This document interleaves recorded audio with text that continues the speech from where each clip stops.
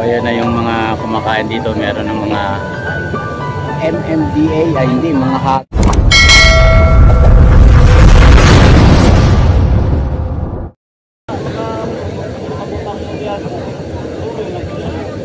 So ayan na yung mga kumakain dito. Meron ng mga MMDA, ay hindi, mga hagad to guys. Mga hagad kasi yung yawan hanggang dito sa dulo. Ayan. Ayan guys, hanggang dito. Ayan yung pila.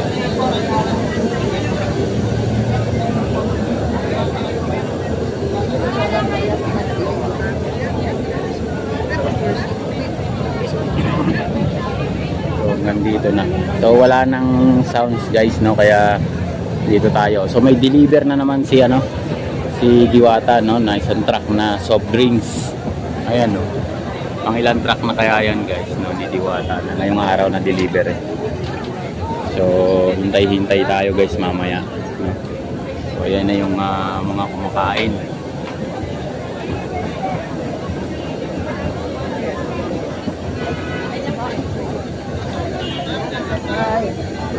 Hello. So yun, may kausap yung ni Diwata guys. Ayan.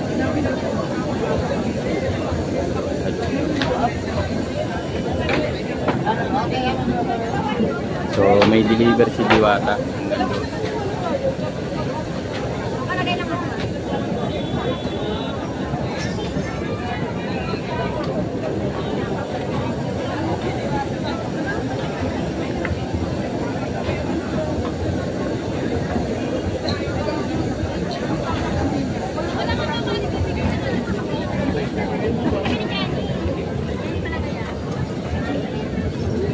Maghintay tayo dito guys. Layo-layo tayo sa may sounds. So ayan na guys. So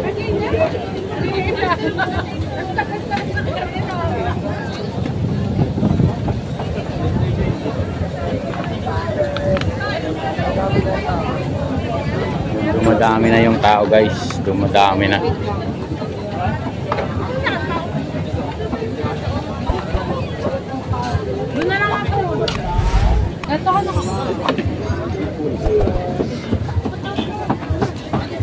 Ayan yung tagtaran.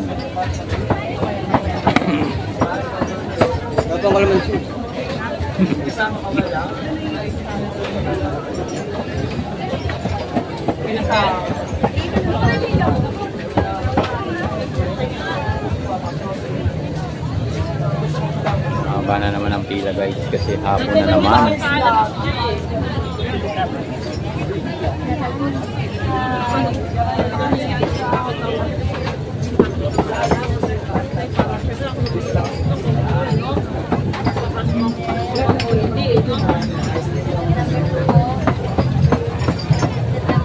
Ayan guys, no?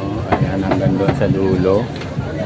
So, tayo dito guys, merong sounds dyan. So, hanggang dito.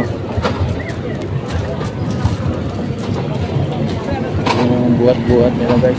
Buhat lang nilang ganun.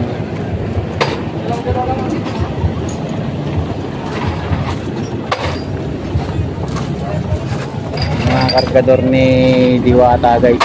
Buhat lang ganun.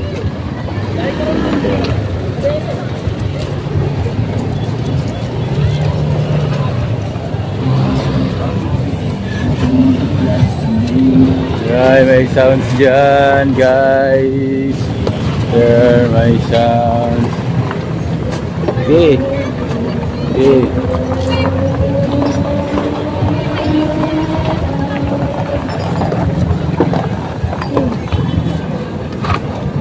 So, hanggang dito. Ayan guys, hanggang doon sa dulo. Puno na yung parking nila guys, puno.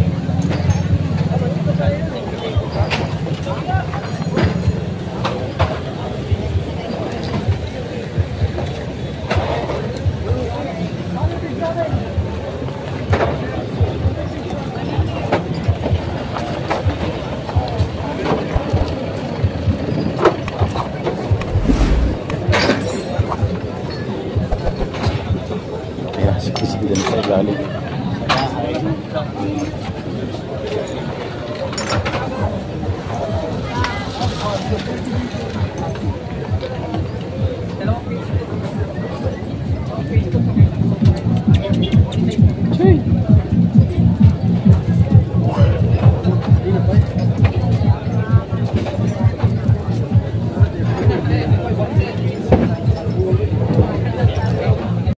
Yan guys, sa pag-ikot-ikot ko dyan sa Parisan ni Diwata, meron tayong naaamoy na meron na raw mansion si Diwata guys na nabili, no? Na malaki-laki, nagkakahalaga ng mga 10 milyon. Ayan guys, no, naamoy natin yung ganyang kwentuhan dyan sa Parisan niya.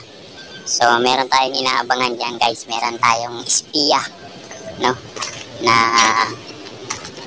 alam natin kung totoo nga ba yung sinasabi nila na meron na daw mansion si Idol Diwata, no? Ito daw ay katas ng kanyang paris, no, sa kanyang pagsusumikap na makaahon sa buhay. So yan ang tututukan natin guys, no?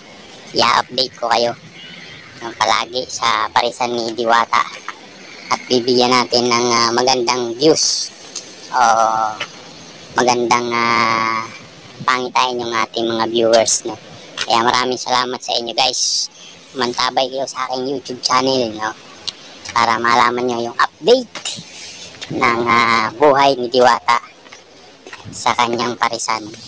So yan ay malakas-lakas na bulungan na si Diwata daw ay meron ng mansyon na target, no, na bilhin.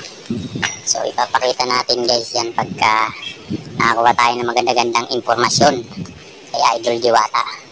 Kaya dito muna tayo sa Parisan guys, ikot-ikot, hanap tayo ng impormasyon kay Diwata kung totoo nga ba o hindi yung mansyon na binili niya, no?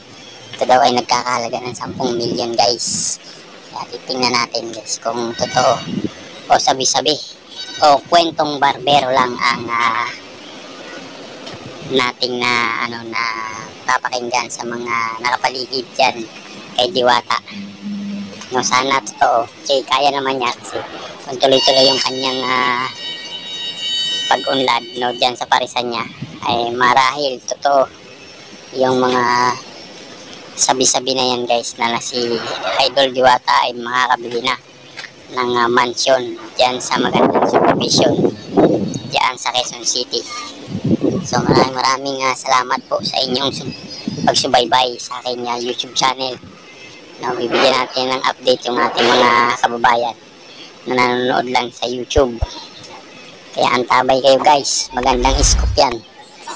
Si Idol Diwata ay makakabili na ng bahay na kanyang pinapangarap sa buhay. Dati patingin-tingin lang sa magagandang bahay.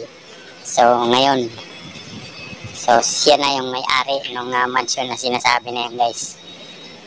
Ayan eh, nadinig lang natin dyan mga kwentuhan ng ating mga kababayan dyan sa Parisan. Kaya bigyan natin ng update yan guys. Araw-araw kayong sumubaybay sa aking YouTube channel para makita nyo lahat kung ano yung mga ginagawa nila dyan pang araw-araw. Dahil araw-araw po tayo mag-upload ng video ni Idol Diwata. 2 beses sa isang araw tayo mag-upload. Kaya subaybayan nyo yung aking YouTube channel, no, update nyo dyan. Yan, maraming salamat sa inyo guys, no, sa walang sawa ninyong pagsubaybay sa aking YouTube channel. So ikot-ikot muna tayo dito guys, nadinig lang natin yan. Kaya maraming salamat sa inyo. Sana happy kayo sa mga foods ni Diwata.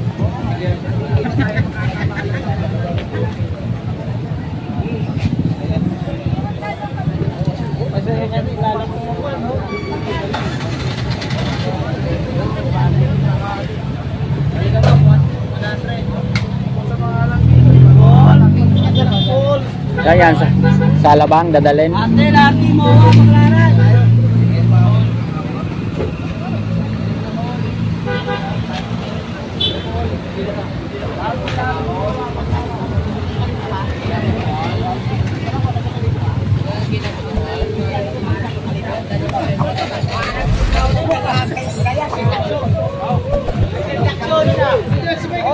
Parang brown.